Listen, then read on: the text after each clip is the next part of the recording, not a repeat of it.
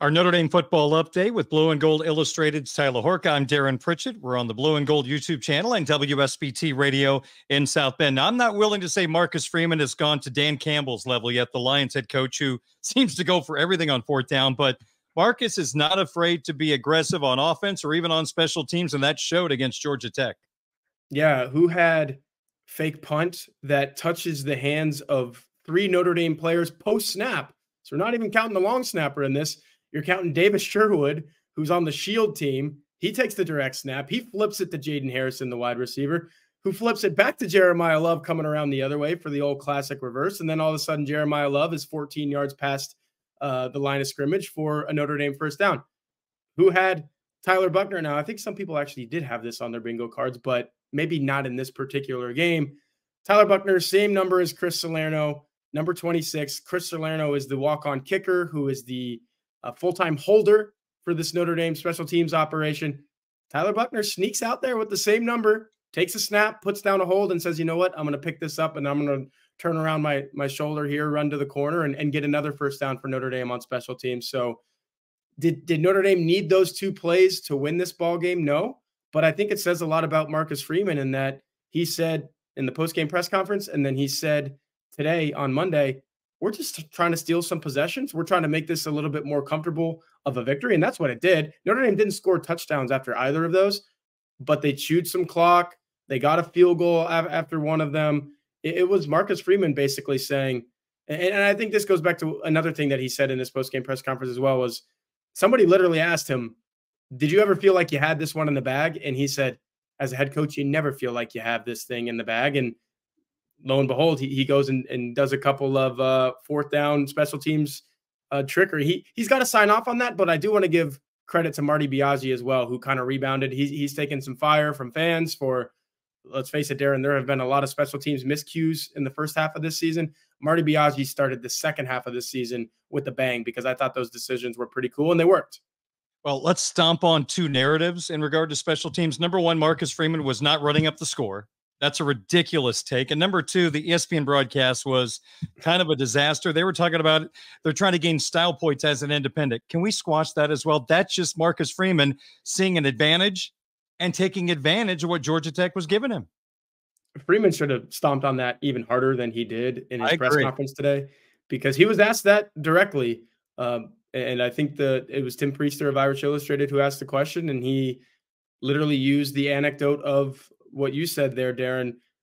Maybe some style points were up for grabs, and Marcus Freeman kind of brushed that aside, but he should have been like, no, this is not about style points. This is about playing a 60-minute football game. And that's all it was. Yes, both of these were in the second half of a game that Notre Dame was winning pretty comfortably, but it's a 60-minute football game. And if you feel, and the best thing that I think he said in the last 48 hours is if you feel like it's going to work, then do it and let it work. And I'll use the Detroit Lions as an example of this, Darren.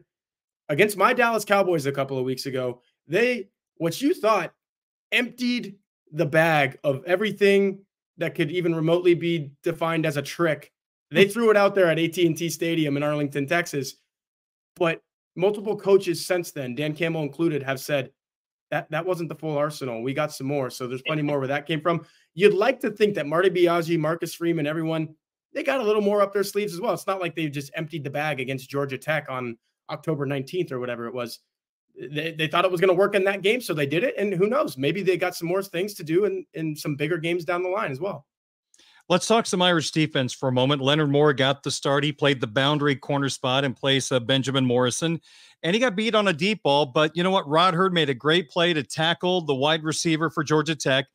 Georgia Tech settled for a field goal that was blocked by Bryce Young. So Hurd's play, not giving up on it, kept points off the board for Georgia Tech. But even though Moore got beat on that play, he had so many more excellent plays. I'm just stunned that this kid is a freshman. 7 tackles for the Irish on Saturday.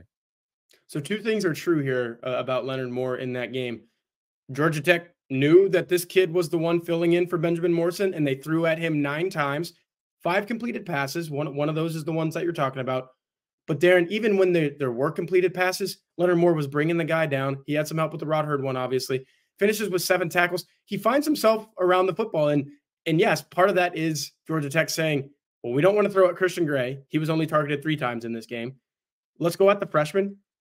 the more that this happens, Darren, I think the fewer catches that you're going to see against Leonard Moore, because he's a confident kid, and more teams realize, oh, wait, yeah, he is a freshman, but maybe he's a little bit more like that Benjamin Morrison guy who's out for the season than we originally thought. Benjamin Morrison, after all, is the guy who said in August, hey, yeah, he's probably going to be better than me. So I would not be shocked. This is right around the time that Benjamin Morrison had his own coming out party as a true freshman. He had 6 interceptions, I believe, in the last 5 games of that season. Phenomenal. I don't know if you can replicate that if you're Leonard Moore, but I do think, Darren, he's capable of doing some of these small things that leave you saying, okay, maybe Morrison was onto something when he said he's got a really bright future, and Mike Mickens knew what he was getting in a recruit, and Marcus Freeman and all that. I think he's a really high-level player. Finally, we love all these young defensive players that Notre Dame is putting on the field. Drake Bowen is turning into a fantastic player. Kingston Viliama-Asa, Bryce Young, Leonard Moore, on and on and on. But now they face triple option for the first time.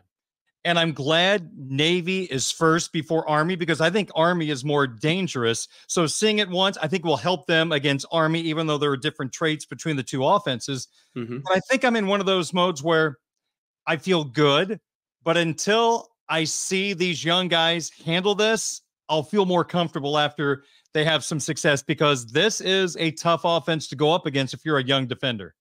Yeah, it's funny you bring this up, because this is the question that I posed to Marcus Freeman today, and I posed it rather optimistically. I said, you go into this game, and to that point, nobody had asked about, hey, are you confident in your freshman and sophomore linebackers about facing this entirely different challenge that is Navy's option offense? Nobody had asked that yet, and I asked it, and basically the response was, yeah, these guys have gotten better every single game this season. It's a testament to the recruiting. Like, these are different recruits, Darren. It's not like, and this is no slight to JD Bertrand, who's playing professional football for the Atlanta Falcons, or even Maris Leafau, who's playing for the Dallas Cowboys. Drew White was a really good linebacker in recent seasons. Kingston Viliamu-Asa, Drake Bowen, Jaden Osbury.